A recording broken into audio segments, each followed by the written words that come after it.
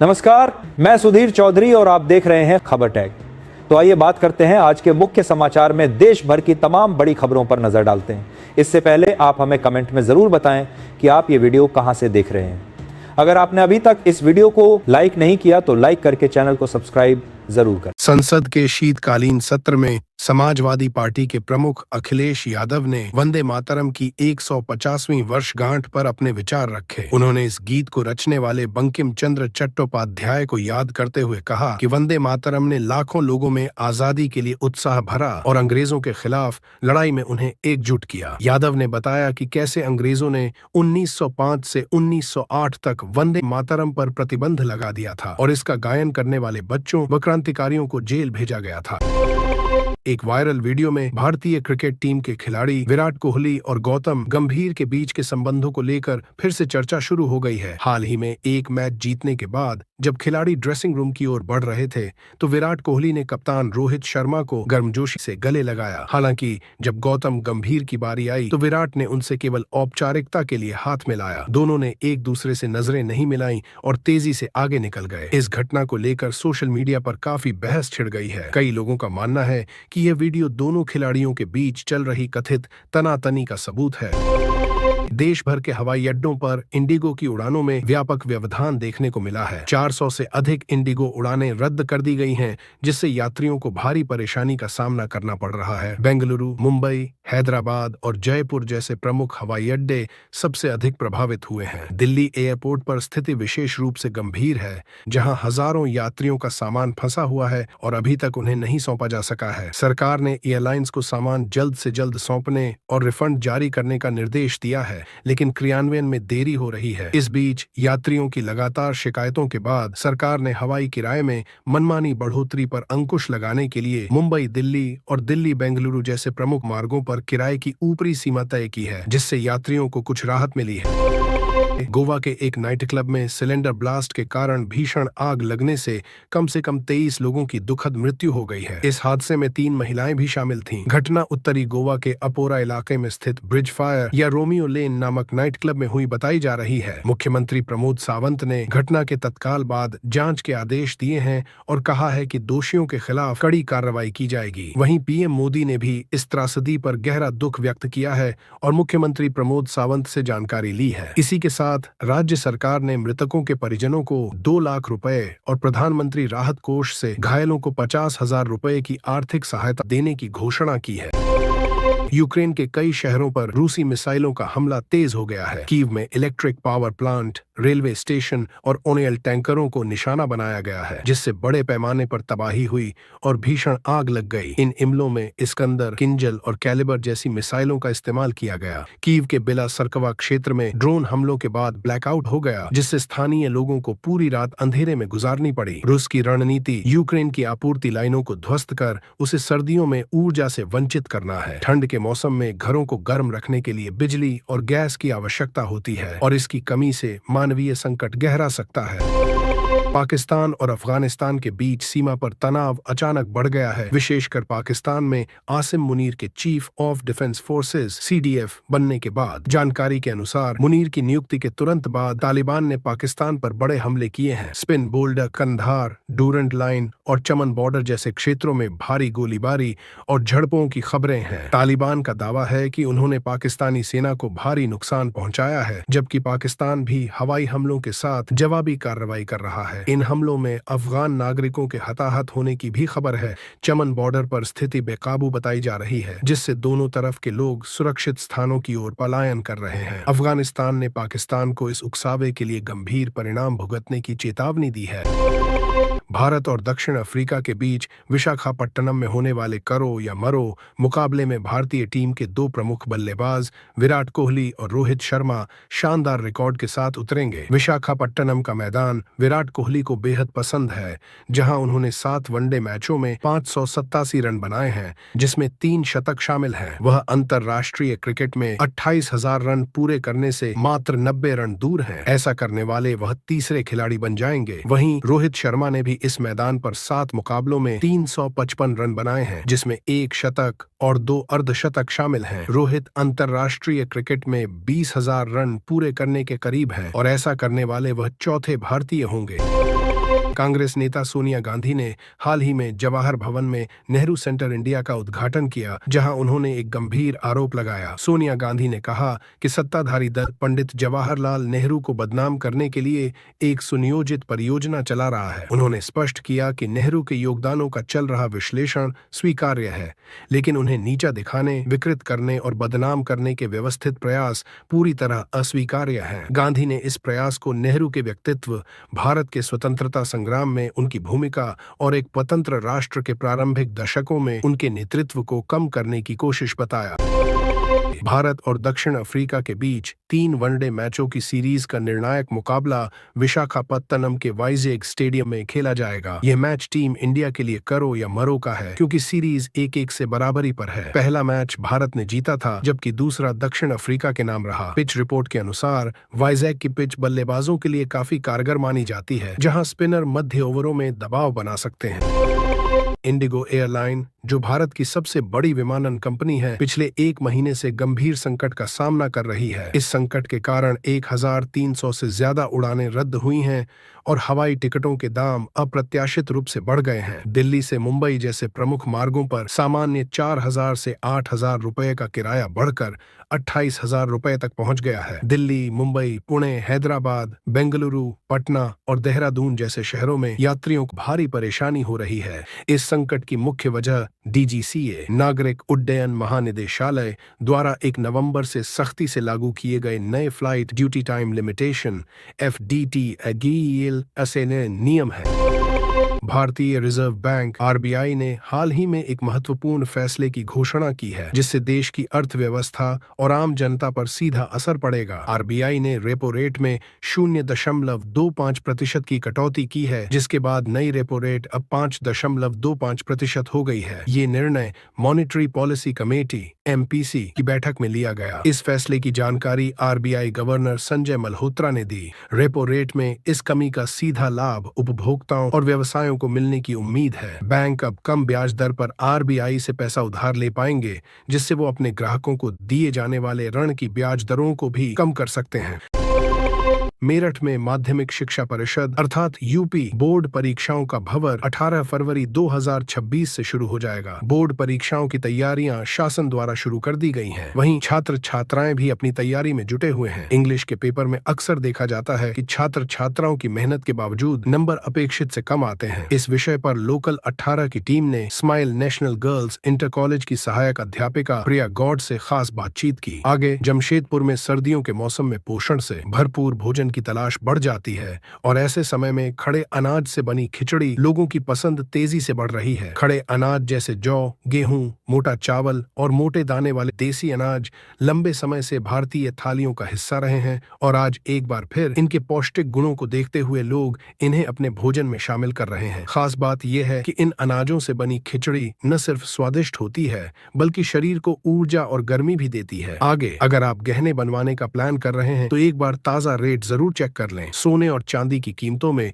रोजाना हलचल देखने को मिल रही है और बिना सही जानकारी के खरीदारी नुकसानदायक हो सकता है। रांची ज्वेलरी एसोसिएशन के अनुसार सोने की कीमतों में तेजी और चांदी की कीमतों गिरावट देखी जा रही है। आज 22 कैरेट प्रति 10 ग्राम सोने की कीमत 1,21,050 रुपए है और 24 कैरेट प्रति 10 ग्राम सोने का भाव 1,27,100 रुपए है। आगे सहारनपुर में खाने पीने की चीजों को लेकर सहारनपुर दूर दूर तक अपनी छाप छोड़ता है। सहारनपुर में खाना सस्ता और अच्छा मिलता है, इसीलिए यहाँ का खाना दूर दूर से खाने के लिए लोग आते हैं। वहीं अगर बात दोपहर के खाने की करें तो छोले भटूरे यहाँ पर सबसे ज्यादा खाए जाते हैं, लेकिन इन दिनों सहारनपुर में कुछ अलग ही खुमार लोगों के ऊपर चढ़ा है। यहाँ पर 2 महीने पहले लगी छोले भटूरे की दुकान पर सुबह 7 बजे से ही लोग छोले भटूरे खाना शुरू कर देते हैं। जी हाँ, देखा जाए तो सुबह का नाश्ता भी अब लोग छोले भटूरे से ही कर रहे हैं। आगे मध्य प्रदेश में कड़ाके की ठंड ने दस्तक दे दी है और कई जिलों में शीतलहर का प्रकोप बढ़ने लगा है। मौसम विभाग के अनुमान के अनुसार आने वाले दिनों में तापमान और नीचे जा सकता है, जिससे खेतों में पाला गिरने की आशंका बढ़ गई है। इस स्थिति में किसानों के लिए सबसे बड़ी चुनौती अपनी फसलों को नुकसान से बचाना है। अगर सावधानी नहीं बरती गई तो गेहूं, चना, सरसों और मसूर जैसी फसलें प्रभावित हो सकती हैं और किसानों को भारी नुकसान झेलना पड़ सकता है। आगे राजस्थान ने देश में एक बड़ा कीर्तिमान स्थापित किया है। राज्य ने विशेष गहन पुनरीक्षण SIR में मतदाता सूची का 100% डिजिटाइजेशन पूरा कर लिया है। इस उपलब्धि के साथ देश में पहला स्थान हासिल किया। राज्य के 24 जिलों में BLO ने समय से पहले ही SIR का काम पूरा कर दिया। खासकर जयपुर के कचौलिया गांव के BLO बाबूलाल ने महज 15 दिनों में पूरी लगन और मेहनत से यह प्रक्रिया पूरी की। यह उपलब्धि राज्य के जिला प्रशासन और मेहनती कर्मचारियों की कड़ी मेहनत और निष्ठा का नतीजा है। वीडियो में देखिए कैसे राजस्थान ने डिजिटलाइजेशन और गहन पुनरीक्षण के इस मिशन को सफलतापूर्वक पूरा किया। आगे जांजगीर चांपा में छत्तीसगढ़ में अपनी समृद्ध संस्कृति, परंपरा और लोक गीतों की अलग ही पहचान है। यहाँ भरथरी और पंडवानी जैसे लोक नृत्य और गीत विदेशों में भी प्रसिद्ध है, जो छत्तीसगढ़ की अनमोल धरोहर है। इन्हीं में से एक सुआ नृत्य, जिसे यहाँ की महिलाएं और युवतियों के द्वारा उत्साह, उमंग और गहरी आस्था के साथ नृत्य करती है। सुआ नृत्य छत्तीसगढ़ की प्रसिद्ध लोक नृत्य परंपरा है, जिसे जांजगीर चांपा जिले में आज भी ग्रामीण क्षेत्रों में महिलाएं और युवतियों में द्वारा समूह। आगे उदयपुर में चित्तौड़गढ़ विधानसभा चुनाव में जीत को लेकर की गई मन्नतें 2 साल बाद भी पूरी की जा रही हैं और इसी कड़ी में सांवलिया सेठ के दरबार में सोमवार को फिर से आस्था और उत्साह का नजारा देखने को मिला। चित्तौड़गढ़ विधायक चंद्रभान सिंह आक्या के समर्थकों ने जीत की खुशी में जिस परंपरा की शुरुआत की थी, वह अब भी थमी नहीं है। लोगों की आस्था इतनी गहरी है कि चुनाव में जीत के 2 साल बाद भी समर्थक सांवलिया सेठ के दरबार में चढ़ावा चढ़ाकर अपनी मन्नतें पूरी कर रहे हैं। देवेंद्र सेन कोटा में बूंदी जिले के तालेडा क्षेत्र के बाजड़गांव की सिमरनजीत कौर आज अंतर्राष्ट्रीय दिव्यांग दिवस पर प्रेरणा की मिसाल बन चुकी हैं। स्कूल के दिनों में जब उन्हें बोर्ड तक धुंधला दिखाई देता था, तभी दृष्टिबाधा ने उनके जीवन की दिशा बदल दी। इसी चुनौती को उन्होंने अपनी सबसे बड़ी ताकत बनाया और दृष्टिबाधित क्रिकेट में कदम रखकर देश दुनिया के मंच पर अपनी पहचान बना ली। स्कूल में पढ़ाई के दौरान जब सिमरन को बोर्ड स्पष्ट नहीं दिखता था, आगे अजब गजब में माउंट आबू की पहाड़ियों में छिपा अर्बुद नाग नागिन मंदिर अपने रहस्यमयी वातावरण और नागों की पूजा के लिए प्रसिद्ध है। नाग और नागिन की जोड़ी की यह अनोखी मूर्ति दूर दराज से भक्तों को आकर्षित करती है। मंदिर के पीछे प्राचीन कथा जुड़ी है, जिसमें गुरु वशिष्ठ, भगवान शिव और हिमालय के पुत्र नंदिवर्धन की भूमिका महत्वपूर्ण है। भक्त यहाँ अर्बुद नाग और नागिन के साथ साथ देवासी समाज के इष्ट देव गोगा जी की पूजा भी करते हैं। यह मंदिर सिर्फ आध्यात्मिक अनुभव ही नहीं, बल्कि माउंट आबू की पहाड़ियों के अद्भुत नजारों का भी केंद्र है। आगे पूर्वी चंपारण में बहुत जल्द रक्सौल सीधे तौर पर रेल लाइन के जरिए नेपाल के साथ जुड़ने वाला है। दरअसल रक्सौल और काठमांडू के बीच नई रेल लाइन प्रोजेक्ट के सर्वे का काम अपने आखिरी चरण में है। संभावना जताई जा रही है कि इस महीने दिसंबर 2025 के अंत तक इसे पूरा कर लिया जाएगा। सर्वे से जुड़े इस कार्य के पूरा होते ही जनवरी 2026 तक DPR भी तैयार कर लिया जाएगा, जिसके बाद रक्सौल से काठमांडू तक करीब 136 किलोमीटर लंबी रेल लाइन बिछाने का कार्य शुरू हो। आगे शिवांक द्विवेदी, सतना में सर्दियों के आते ही शरीर को गर्माहट और ऊर्जा देने वाले देसी स्नैक्स की डिमांड बढ़ जाती है। मूंगफली गुड़ की चिक्की तो हर साल घरों में बनती है, लेकिन इस बार बघेल खंड में चना गुड़ की चिक्की का क्रेज जोर पकड़ चुका है, जो स्वाद, सेहत और एनर्जी तीनों में सब पे भारी है। भुने हुए चने का प्रोटीन, गुड़ की प्राकृतिक मिठास और सर्दियों को मात देने वाली इसकी गर्माहट इसे हर उम्र के लोगों के लिए परफेक्ट बनाती है। खास बात यह है कि यह पारंपरिक स्नैक घर पर कुछ ही मिनटों में तैयार हो जाता है और बच्चों से लेकर बुजुर्गों तक सबके लिए फायदेमंद है। आगे जम्मू कश्मीर से भारत पाकिस्तान बॉर्डर पर जारी बड़े सर्च ऑपरेशन की यह न्यूज 18 इंडिया की ग्राउंड रिपोर्ट। ये रिपोर्ट दिखाती है कि कैसे कड़ाके की ठंड में भी हमारे सुरक्षा बल पाकिस्तान की नापाक कोशिशों पर कड़ी नजर रखे हुए हैं। BSF और जम्मू कश्मीर पुलिस मिलकर डॉग नामक जॉइंट सर्च ऑपरेशन चला रही हैं, जिसमें ड्रोन के जरिए गिराए गए हथियार और विस्फोटक पकड़ने के लिए विशेष रूप से प्रशिक्षित डॉग स्क्वाड का अहम योगदान है। आगे दिल तो टूट गया, लेकिन भारत का साथ नहीं छूटेगा। ये जज्बा है जो भारतीय महिला क्रिकेट टीम की स्टार ओपनर बल्लेबाज और उपकप्तान स्मृति मंधाना ने दिखाया है। अक्सर लोग छोटी मोटी बातों को लेकर परेशान हो जाते हैं, काम पर नहीं जाते, खुद को अकेला कर लेते हैं, लेकिन स्मृति मंधाना ने ऐसा नहीं किया। स्मृति मंधाना की पर्सनल लाइफ में उथल पुथल मची हुई है। मंधाना की तेज 23 नवंबर को म्यूजिक कंपोजर प्लैश से शादी होनी थी जो टूट गई है। दोनों लंबे समय से एक दूसरे को डेट कर रहे थे। आगे बस्तर ट्रिप में अगर आप बस्तर के झरनों और खूबसूरत वादियों को घूमने का प्लान कर रहे हैं और ट्रैवल गाइड की तलाश में हैं, तो ये खबर आपके लिए है। आप बस्तर आकर बस्तर के पारंपरिक खाने का स्वाद लेना चाहते हैं या कल्चर टूर करना चाहते हैं, तो बस्तर की फेमस टूर गाइड कंपनी के साथ अपने बस्तर टूर का प्लान कर सकते हैं। आप बस्तर आने के दौरान जलप्रपात, कांगेर घाटी, दंतेश्वरी मंदिर या बस्तर के गांवों को करीब से देखना चाहते हैं। आगे मध्य प्रदेश के विंध्य क्षेत्र में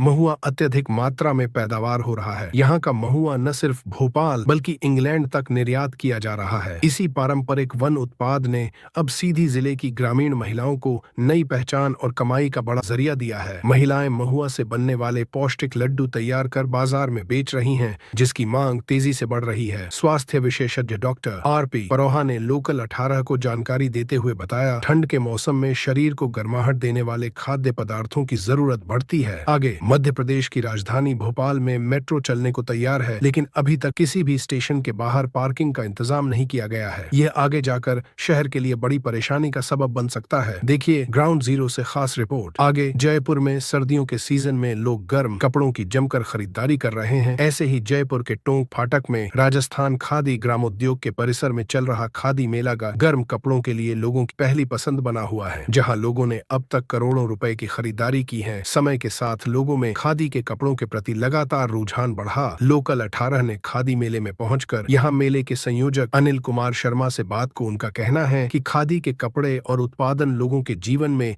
इको फ्रेंडली बनकर उभरे हैं। आगे शिमला में हिमाचल प्रदेश में रविवार रात को लाहौल स्पीति के शिंकुला पास पर बर्फबारी हुई है। यहाँ पर चारों ओर बर्फ की सफेद चादर देखने को मिल रही है। बर्फबारी के चलते शिंकुला पास के लिए केवल 4x4 वाहनों को ही जाने दिया जा रहा है। लाहौल स्पीति पुलिस ने बताया कि सोमवार को यहाँ से आधी फीट के करीब बर्फबारी हुई है। इस दौरान 194 गाड़ियों को आगे जाने की अनुमति दी गई थी और फिर ये सभी गाड़ियां शाम को सुरक्षित लौट आई थी। पुलिस ने बताया कि बाइक और सामान्य गाड़ियों को इस मार्ग पर जाने की अनुमति नहीं है। वहीं रोहतांग पास पर भी बर्फबारी के चलते केवल मढ़ी तक ही गाड़ियों को परमिशन दी गई है। हालांकि मंगलवार को प्रदेश भर में धूप खिली है। मौसम विभाग ने 13 दिसंबर तक के लिए मौसम साफ बताया है और 14 दिसंबर को बारिश और बर्फबारी के आसार हैं। आगे वैशाली में कोरोना महामारी जहां लाखों लोगों के लिए संकट बनकर आई, तो वहीं इसी दौर में वैशाली जिले के पटेढ़ी बेलसर प्रखंड के रसलपुर निवासी सुधांशु पटेल के लिए यह आपदा में अवसर साबित हुआ। चेन्नई से बीटेक करने के बाद सुधांशु वहां 15,000 रुपए मासिक वेतन पर निजी नौकरी कर रहा था, लेकिन लॉकडाउन लगते ही वह अपने घर लौट आए। घर आने के बाद बेरोजगारी को बदकिस्मती मानने के बजाय सुधांशु ने इसे अवसर में बदलने का निर्णय लिया। आगे ट्रेवल में इस सर्दियों में पुष्कर की यात्रा आपके लिए यादगार अनुभव साबित हो सकती है। ब्रह्मा मंदिर तो मुख्य आकर्षण है ही, लेकिन सरोवर के किनारे की शाम की आरती, सावित्री माता मंदिर की ऊंची पहाड़ियों से सूर्योदय का नजारा, रंगीन बाजार की गलियां और सैंड आर्ट पार्क की अनोखी कला आपकी ट्रिप को और भी खास बना देंगे। पैदल ट्रैक, रोपवे और बाजार की गलियों में घूमते हुए आप राजस्थान की संस्कृति और कला का असली आनंद महसूस कर सकते हैं। पुष्कर का यह जादुई अनुभव हर ट्रैवलर के लिए बेहद खास होता है। आगे मुरादाबाद में नए वर्ष पर मुरादाबाद को एक बड़ा तोहफा मिलने जा रहा है। मुरादाबाद विकास प्राधिकरण MDA शहरवासियों के लिए अपनी नई और बहुप्रतीक्षित शिवालिक आवासीय योजना को जल्द लॉन्च करने की तैयारी में है। इस योजना को मुरादाबाद के विकास के अगली पीढ़ी के मॉडल के रूप में देखा जा रहा है, क्योंकि इसमें आवास के साथ शिक्षा, स्वास्थ्य, खेल और आधुनिक शहरी ढांचे को विशेष प्राथमिकता दी गई है। आगे प्रधानमंत्री नरेंद्र मोदी ने इंडिगो संकट पर बयान देते हुए कहा कि नियम और कानून लोगों को परेशान करने वाले नहीं होने चाहिए। उन्होंने जोर दिया कि नियम और कानून जनता की सुविधा के लिए होने चाहिए, न कि उन पर बोझ बनने के लिए। PM मोदी ने NDA संसदीय दल के संबोधन में सांसदों को आम जनता की जिंदगी पर सुधारों का सकारात्मक असर डालने पर ध्यान देने की बात कही। उन्होंने कहा कि सांसदों को अपने इलाके के लोगों की बात सुनकर केंद्रीय योजनाओं को उन तक पहुंचाना चाहिए। PM मोदी ने यह भी कहा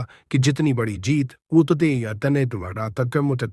उतनी बड़ी जिम्मेदारी होती है और जनता की सेवा उसी जिम्मेदारी के साथ करनी चाहिए। आगे जयपुर न्यूज बस्सी की ग्राम पंचायत दनाऊ में रविवार रात को पुराना कुआं अचानक 130 फुट से अधिक गहराई में धंस गया। स्थानीय ग्रामीणों ने यह देखा कि कुएं की चौड़ाई और गहराई लगातार नीचे की ओर बढ़ रही थी। जैसे ही यह स्थिति गंभीर हुई, ग्रामीणों ने तुरंत पुलिस को सूचना दी। सूचना मिलते ही पुलिस और स्थानीय प्रशासन की टीम मौके पर पहुंची और सुरक्षा सुनिश्चित करने के लिए कुएं के आसपास बैरिकेडिंग कर दी। घटना के समय बड़ी संख्या में ग्रामीण कुएं के पास एकत्रित हो गए। कई ग्रामीणों ने बताया कि रात के समय अचानक तेज आवाज आई और कुआं धीरे धीरे धंसने लगा। हालांकि कोई हताहत नहीं हुआ, लेकिन घटना ने इलाके में दहशत फैला दी। आगे 17 दिसंबर को दिल्ली एनसीआर में दिन का अधिकतम तापमान 22 डिग्री रहेगा। मौसम की स्थिति लगभग एक जैसी बनी रहेगी। सभी शहरों में एयर क्वालिटी बहुत अस्वस्थकर वेरी अनहेल्थी रहेगी, इसलिए लोगों को स्वास्थ्य संबंधी एहतियात बरतने की सलाह दी जाती है। आइए जानते हैं आज किस शहर में बारिश होने की संभावना है। देश के कई राज्यों में मौसम अचानक बदल गया है। कहीं घना कोहरा, कहीं कड़ाके की ठंड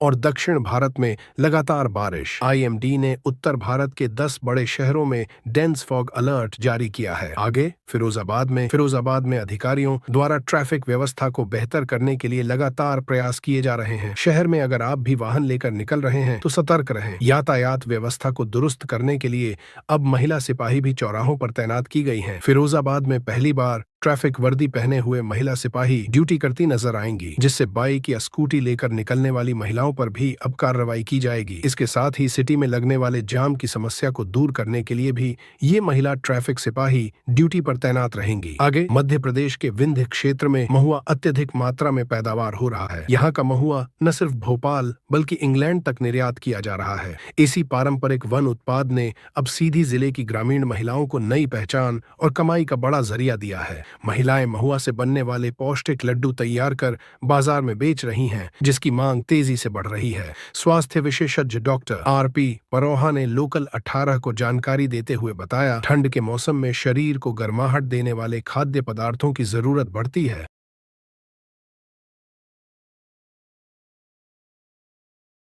आप हमें कमेंट में जरूर बताएं कि आप ये वीडियो कहां से देख रहे हैं। अगर आपने अभी तक इस वीडियो को लाइक नहीं किया तो लाइक करके चैनल को सब्सक्राइब जरूर करें।